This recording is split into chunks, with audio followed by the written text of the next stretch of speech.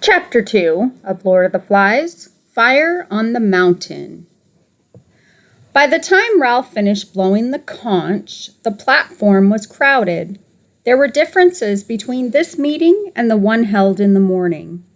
The afternoon sun slanted in from the other side of the platform, and most of the children, feeling too late, the smart of a sunburn, had put their clothes on. The choir, less of a group, had discarded their cloaks, kind of like what Dracula would wear. Ralph sat on a fallen trunk, his left side to the sun.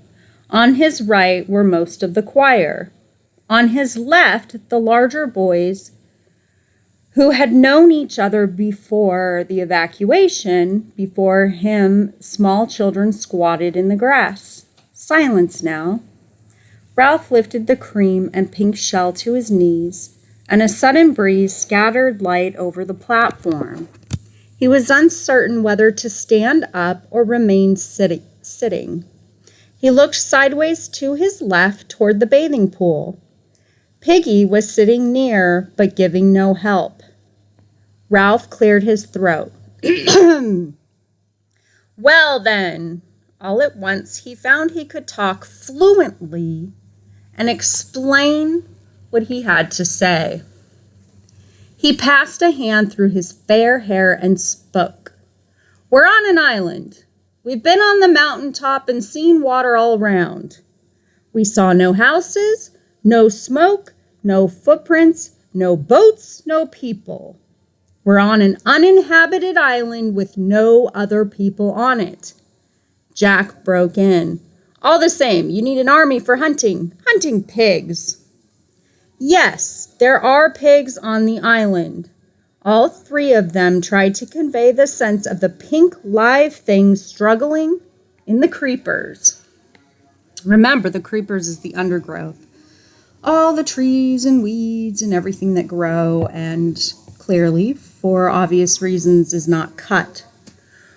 We saw squealing. It broke away before I could kill it. But next time, Jack slammed his knife into a trunk and looked around challengingly. The meeting settled down again. So you see, said Ralph, we need hunters to get us meat.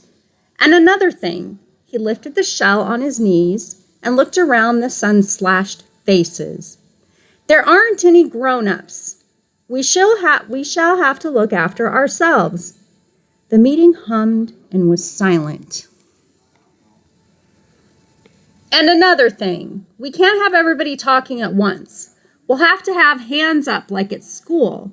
He held the conch before his face and glanced round the mouth. Then I'll give him the conch. Conch? That's what this shell is called. I'll give the conch to the next person to speak. He can hold it when he's speaking, but look, and he won't be interrupted except by me. Jack was on his feet. We'll have rules, he cried excitedly. Lots of rules. Then when anyone breaks them, weow, wacko, boing, doink. Ralph felt the conch lifted from his lap. Then Piggy was standing cradling the great cream shell, and the shouting died down. Jack, left on his feet, looked uncertainly at Ralph, who smiled and patted the log. Jack sat down. Piggy took off his glasses and blinked at the assembly while he wiped them on his shirt. You're hindering Ralph. You're not letting him get to the most important thing. He paused effectively. Who knows we're here? Eh? They knew at the airport. The man with the trumpet thing. My dad. Piggy put on his glasses. Nobody knows we're here. He was paler than before and breathless. Perhaps they knew where we was going to, and perhaps not. But they don't know where we are, 'cause we never got there. He gaped at them for a moment, then swayed and sat down. Ralph took the conch from his hands. That's what I was going to say, he went on. When you he gazed at their intent faces. The plane was shot down in flames. Nobody knows where we are. We may be here a long time. The silence was so complete that they could hear the unevenness of Piggy's breathing. The sun slanted in and lay golden over half the platform. The breezes at the lagoon had chased their tails like kittens were finding their way across the platform and into the forest. Ralph pushed back the tangle of fair hair that hung on his forehead. So we may be here a long time. Nobody said anything. He grinned suddenly. But this is a good island. We, Jack, Simon, and me, we climbed the mountain. It's wizard. There's food and drink and rocks, blue flowers. Piggy, partly recovered, pointed to the conch in Ralph's hands, and Jack and Simon fell silent. Ralph went on. While we're waiting, we can have a good time on this island, he gesticulated widely, with his arms. It's like in a book. At once there was a clamor, so everybody got really excited. Treasure Island, swallows in the Amazon, Coral Island. Ralph waved the conch. This is our island. It's a good island. Until the grown-ups come to fetch us, we'll have fun. Jack held out his hand for the conch. There's pigs, he said. There's food and bathing water in that little stream along there and everything. Didn't anyone find anything else? He handed the conch back to Ralph and sat down. Apparently, no one had found anything. The older boys first noticed the child when he resisted. There was a group of little boys urging him forward, and he did not want to go. He was a shrimp of a boy, about 6 years old, and one side of his face was blotted out by a mulberry-colored birthmark.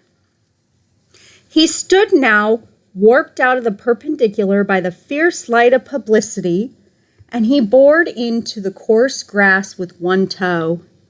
He was muttering and about to cry. Remember, these are 5-year-old kids. The little ones are there without their parents and without any kind of, you still have to take care of a 5-year-old for those of you who have a younger sibling.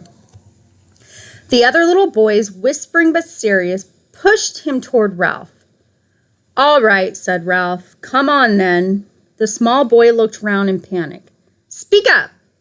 The small boy held out his hands for the conch, and the assembly shouted with laughter. At once he snatched back his hands and started to cry. Let him have the conch, shouted Piggy. Let him have it. At last Ralph induced him to hold the shell, but then the blow of laughter had taken away the child's voice.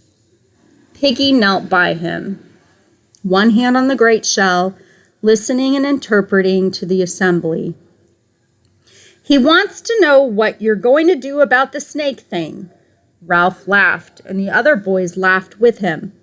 The small boy twisted further into himself. Tell us about the snake thing. Now he says it was a beastie. Beastie? A snake thing, ever so big. He saw it. Where? In the woods. Either the wandering breezes or perhaps the decline of the sun allowed a little coolness to lie under the trees. The boys felt it and stirred restlessly. You couldn't have a beastie, a snake thing, on an island this size, Ralph explained kindly. You only get them in big countries like Africa or India. Murmur, and the grave nodding of heads. He says the beastie came in the dark. Then he couldn't see it. Laughter and cheers. Did you hear that? Says he saw the thing in the dark. He still says he saw the beastie. It came and went again and came back and wanted to eat him. He was dreaming. Laughing, Ralph looked for confirmation round the ring of faces. The older boys agreed, but here and there among the little ones was the doubt that required more than rational assurance. He must have had a nightmare, stumbling about among all those creepers. More grave nodding. They knew about nightmares. He says he saw a beastie, the snake thing, and it will come back tonight. But there isn't a beastie.